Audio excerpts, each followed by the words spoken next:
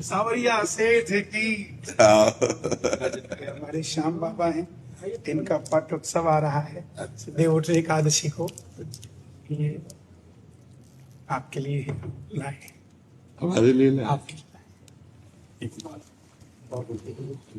महाभारत में पांडवों में जो भीम के पुत्र हुए घटोत्कच, उनके पुत्र हुए बर्बरीक, तो उनके पास 3 बाण ऐसे थे कामाख्या की शक्ति, जिससे तीनों लोग जीत सकते थे।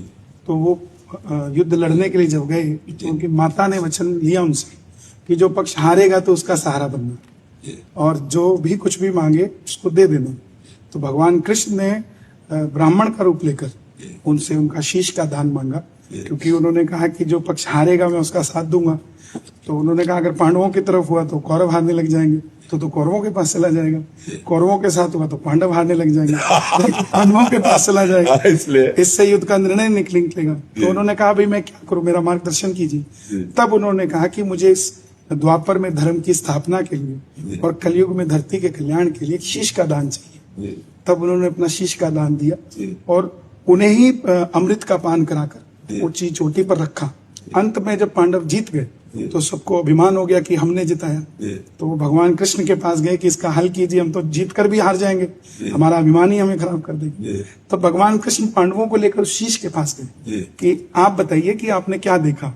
तब शीश ने कहा कि मुझे पूरे युद्ध में सिर्फ और सिर्फ भगवान कृष्ण का सुदर्शन चक्र चलता दिखाई दिया, इसके सिवा मुझे कुछ नहीं दिया। तब भगवान ने खुश होकर उन्हें वरदान दिया कि तुम कलयुग में मेरे श्याम नाम से पूजे जाओ। तो ये वही खाटू श्याम जी हैं जिनकी देवउठनी एकादशी को स्थापना हुई थी।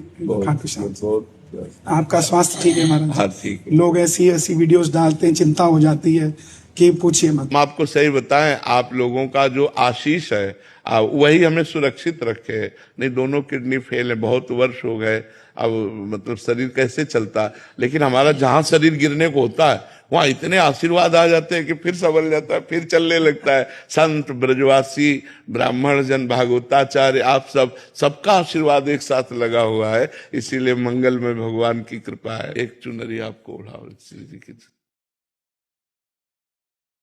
हाँ, बहुत सुंदर, बहुत सुंदर।